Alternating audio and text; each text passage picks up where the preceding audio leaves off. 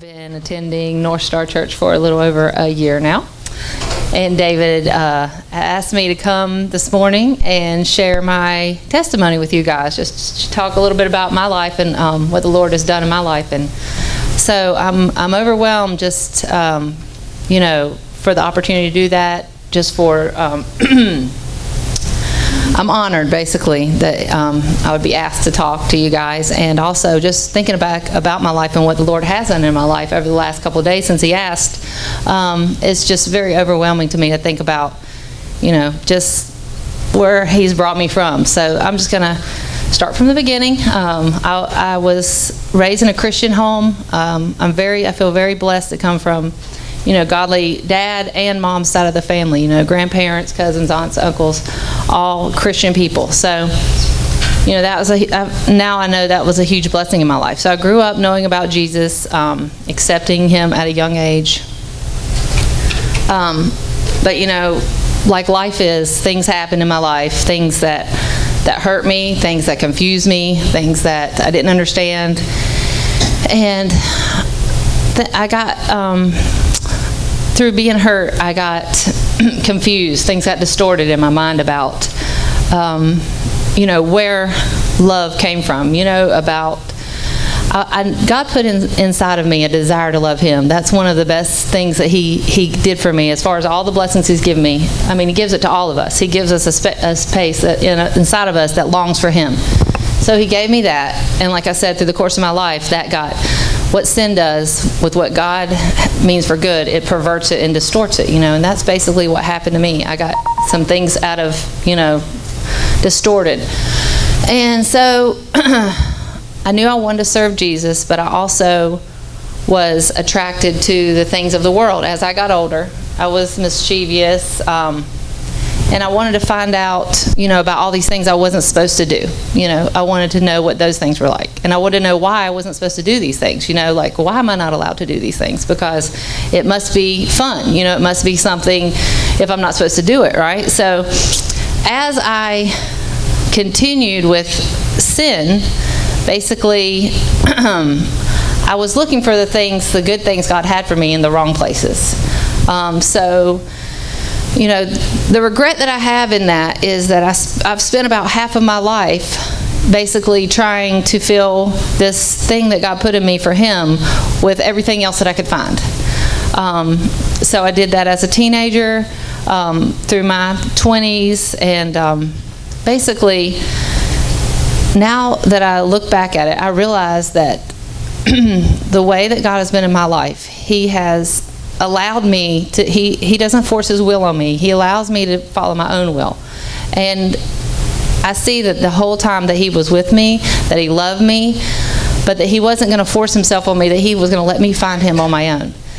So when I finally got to the end of that, it was when I was turned 30, 2006, I got to a place in my life where everything that I had tried, to make myself happy, to find, life, it just didn't work, and I just finally came to the conclusion that I was basically, it says in the Bible that sin leads to death, and for me it was a spiritual death that I had. It was just not being able to be happy, not being able to function, just being pure, in misery. I couldn't stand myself. I couldn't stand who I was anymore, and I couldn't deal with it. So, I sincerely asked God to come into my life and to change my life. And I believe that I was a Christian the whole time and that God was with me the whole time, but I wasn't, doing what I needed to do to be in the right relationship with Him. So, from that time on, since then, He has been restoring me back to Him, and it wasn't an instantaneous process for me. It wasn't like the next day I was, super Christian. It was just that I was able to start getting back to, the things. And the things that I've learned from this whole experience in my life is that all those things I wasn't supposed to do, I thought it was just because I wasn't supposed to have any fun. But I realize now that it was just like any father, those things were not what was going to be good for me. Those things were not going to make me happy. Those things were not safe for me to do, So, and I hate that it took me so long to figure that out, because I feel like I spent, half of my life figuring that out. But at the same time, it took those things to get me, to where I am today. And I'm still figuring things out. It wasn't until it's been the last few years that I've started to get a grasp on what God's grace means to me. I thought that for a long time I thought God's grace meant that I don't have to go to hell, and then if I have a second chance to try to be good and try to earn my way into His grace. And I'm starting to understand that that's not what it means. To me, what it means is that that Jesus basically took my sins, so that because the law was not going to work, I was not going to be able to keep the law. So if I can embrace that, then I want to do the right thing. But I know that even in my own power, I can't do the right thing. Only through the Holy Spirit and only through Christ am I able to do right, and that's still not going to be all the time. So it's just, like I said, it's an evolving understanding.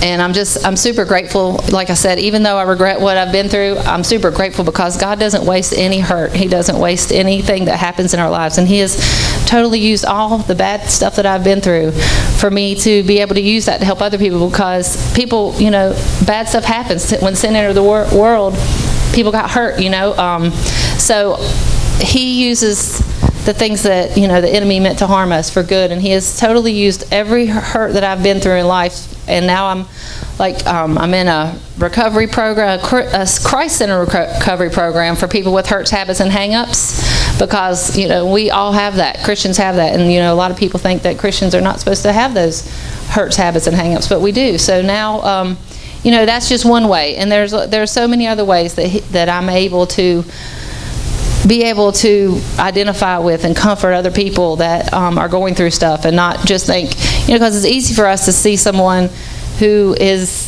in a bad spot and just say, oh, thank God I'm not there, or, how could they do that? But when you've actually experienced something, you realize that nobody intended to get up and, start sinning. Nobody intended to have their life go down an ugly path and be, homeless or, jobless or whatever on the streets. Nobody intended to be like that. But some of us get there, and, through, like I said, a set of circumstances where things hurt us, or we hurt ourselves, or whatever, and we end up in a place that we never imagined we'd be.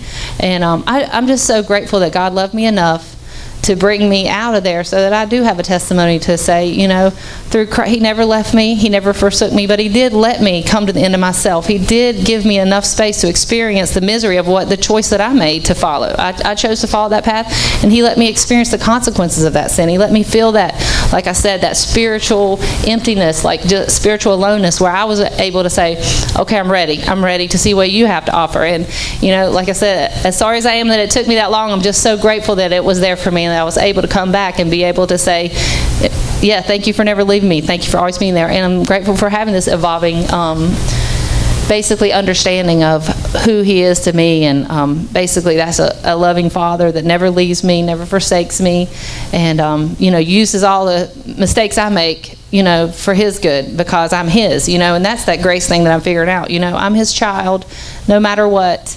And I'm going to make mistakes, but He's going to love me.